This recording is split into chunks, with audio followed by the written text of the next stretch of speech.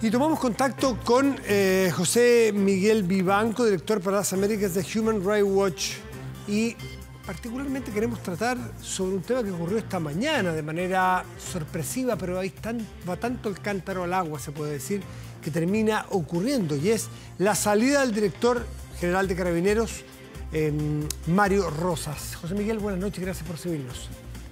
Muy buenas noches, Matías. Un placer estar contigo esta noche. Igualmente. Bueno, era de alguna manera ya era imposible de sostener el director general de Carabineros en su cargo, ¿no? Es demasiado el peso. Fíjate que leía esta tarde un titular del diario El País que decía que el presidente de Chile, Sebastián Piñera, remueve al director de la policía, ícono no era la violación de los derechos humanos exactamente, pero de la represión policial. Uno dice, perdón, de así yo había escuchado hablar de Almamo Contreras, pero estamos hablando en democracia del general de Carabineros. A ver, ¿cómo ves tú esta situación? Mira, Matías, yo le conocí al general Rosas cuando estuve en Chile en noviembre del año pasado, elaborando ese informe precisamente sobre el récord, sobre la conducta de los carabineros. Y me reuní con él, me reuní con varios generales que tenían responsabilidades clave en el control del orden público. Lo cierto es que mi impresión de los contactos que tuve con el general Rosas no es que se trataba de un general represor, de un general, digamos, que avalaba o incluso promovía las violaciones a los derechos humanos. En general, me dio la impresión siempre de ser una persona bastante abierta, dispuesta al diálogo, con el cual pude interactuar y solicitarle información específica. En general, tuve la colaboración en la elaboración de ese informe por parte de Carabineros, incluyendo el general Rosas. Sin embargo, a mí me parece que es una buena medida que haya salido, porque el general Rosas estuvo a cargo de Carabineros cuando se han producido las peores violaciones a los derechos humanos por parte de esa fuerza pública y violaciones constantes a los derechos humanos. Mi impresión es que el general Rosas tuvo un desempeño bastante mediocre como la cabeza de Carabineros. Nunca realmente ejerció el liderazgo que habría sido necesario para revertir estos abusos, estas violaciones. No me parece que tampoco fue un entusiasta de las reformas que se han propuesto, reformas institucionales a Carabineros, tanto por organizaciones como la nuestra, al igual que como grupos de expertos nominados por el propio gobierno del presidente Piñera para reformar estructuralmente Carabineros. Por lo tanto, me parece que es una buena noticia que haya salido de su cargo. Me sorprenden los halagos del presidente Piñera. Creo que se excedió en las palabras de buena crianza que en estas circunstancias se dan para no generar artificialmente una crisis, pero me parece que el récord del general Rosas no justifica esos halagos. Y espero, Matías, que esto no sea simplemente un gesto menor y que el próximo general, el general Yáñez, que es el que acaba de asumir la jefatura de Carabineros, esté dispuesto a impulsar las reformas que la institución requiere, porque de lo contrario será simplemente el cambio del general Rosas al general Yáñez y todo lamentablemente va a seguir igual. Bueno, y también hay un factor nuevo, que es el factor Rodrigo Delgado, ministro del Interior, quien encabeza el ministerio que tiene a cargo la policía justamente. Era imposible pensar quizás que debutando prácticamente el ministro Delgado pudiese soportar o pudiese respaldar la acción del general de Mario Rosas después de lo que ocurrió ayer en Talcahuano, donde claramente se ve que frente a situaciones complejas y límites, la policía de Carabineros tiene un mal manejo de los protocolos, porque porque se le suele ir de las manos cuando las cosas se ponen un poco más tensas. En efecto, lo de ayer en Talcahuano realmente es un escándalo. Que Carabineros no esté preparado para enfrentar una situación de esa naturaleza, utilizando medidas que no sean letales y recurriendo a armas de fuego que terminan hiriendo a dos menores, creo que es sintomático de la necesidad que existe urgente de reestructurar la institución desde, yo diría, desde sus cimientos. Esto tiene que ver con el reclutamiento del personal, de los suboficiales, también de los oficiales, con los niveles de capacitación, de entrenamiento y por sobre todo, y en esto parecemos un disco rayado, cada vez que me preguntan cuál es la clave no son los cursillos de derechos humanos. Enseñarles a recitar unos versos de derechos humanos creo que no ayuda si no hay una capacidad para vigilar la conducta, supervisar la conducta en tiempo real, con unos mecanismos transparentes y eficaces de control disciplinario interno y no caer en la tentación de encubrir los hechos y de proteger a aquellos que cometen abusos. ¿Es justo o es adecuado plantear o depositar la confianza en la modernización de Carabineros en la cabeza de la institución? ¿No debiera acaso el entorno institucional, el presidente de la República, el Estado, los parlamentarios, empujar las reformas más allá de la voluntad, como dices tú, que no dependa de Rosas, que no dependa del general Yáñez, sino que dependa de la voluntad política general de hacer cambios reales? Estoy totalmente de acuerdo, Matías. Yo quiero interpretar, esta es mi interpretación personal, las palabras del presidente Piñera cuando le dice al general Yáñez: cuento con el general Yáñez y le encargo la modernización de Carabineros. Yo quisiera entender que el mensaje subliminal que le envía el presidente de Chile al general director de Carabineros, al nuevo general director de Carabineros, es: contamos con usted para avanzar en ese proceso. Y tú tienes toda la razón.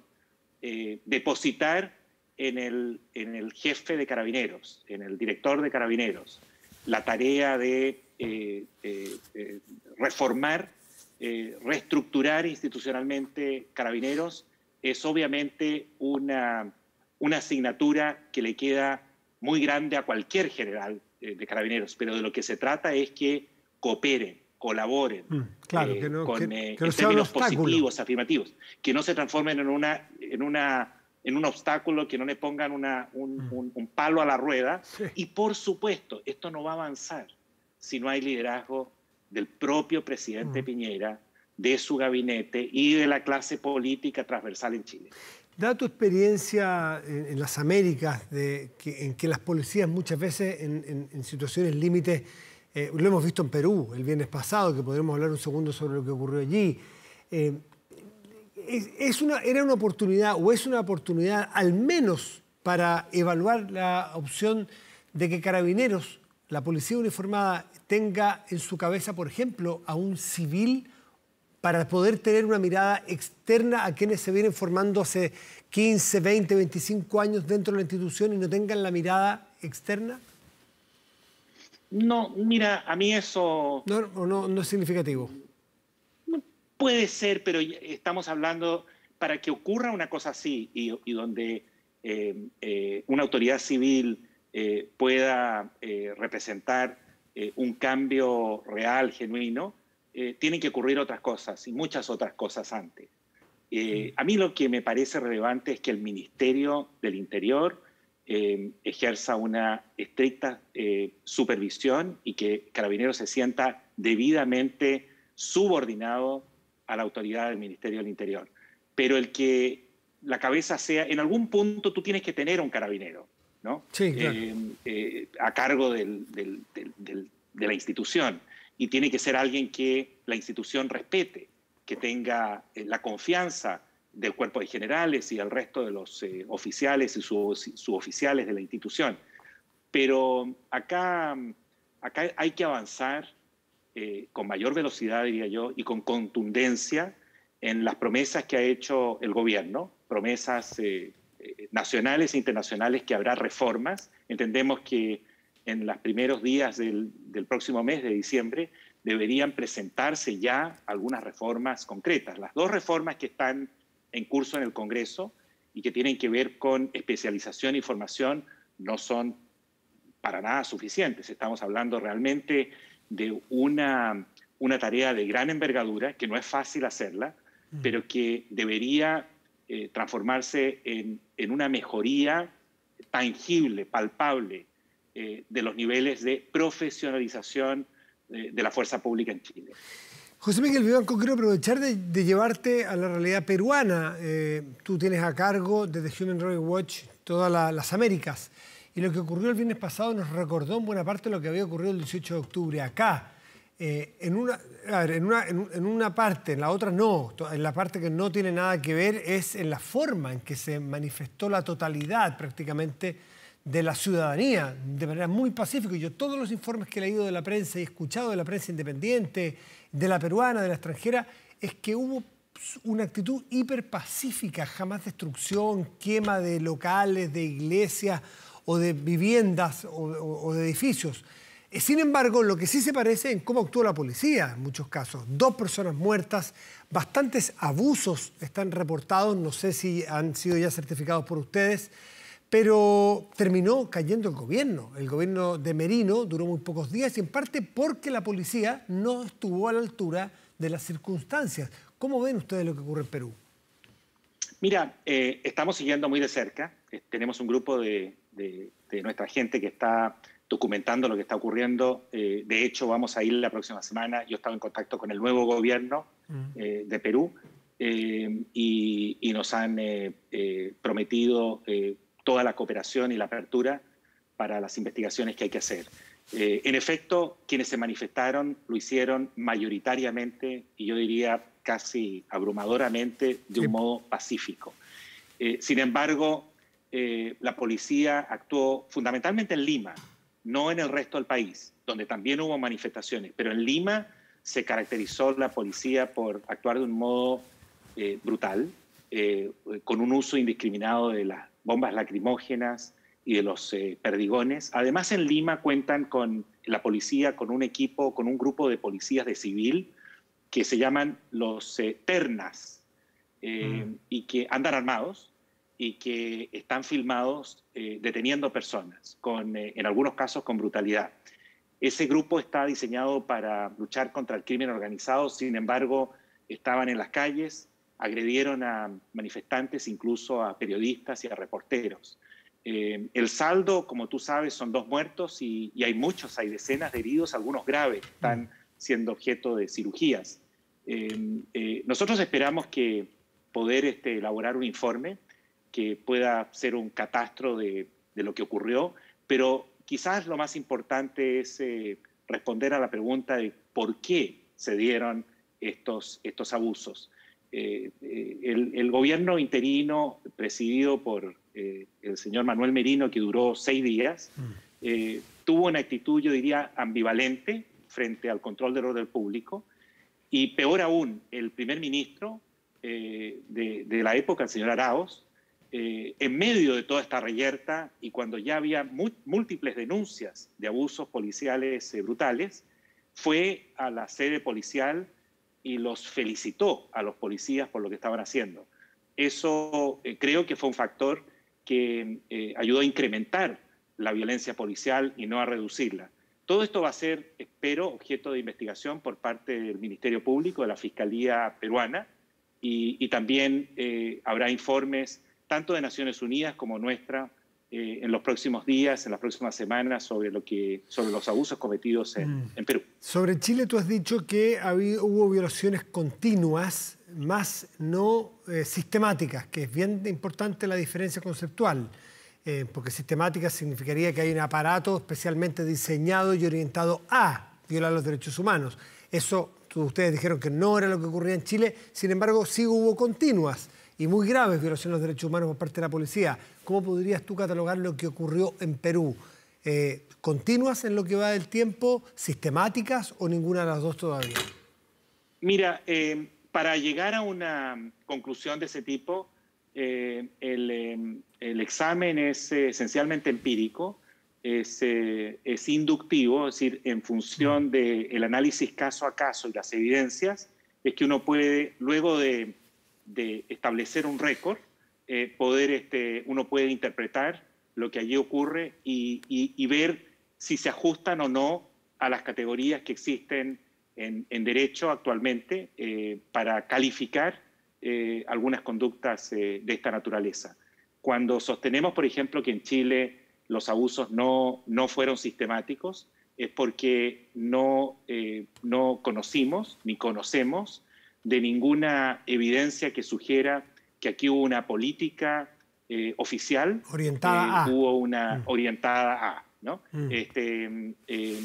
Sí pudimos documentar múltiples y reiteradas violaciones graves a los derechos fundamentales.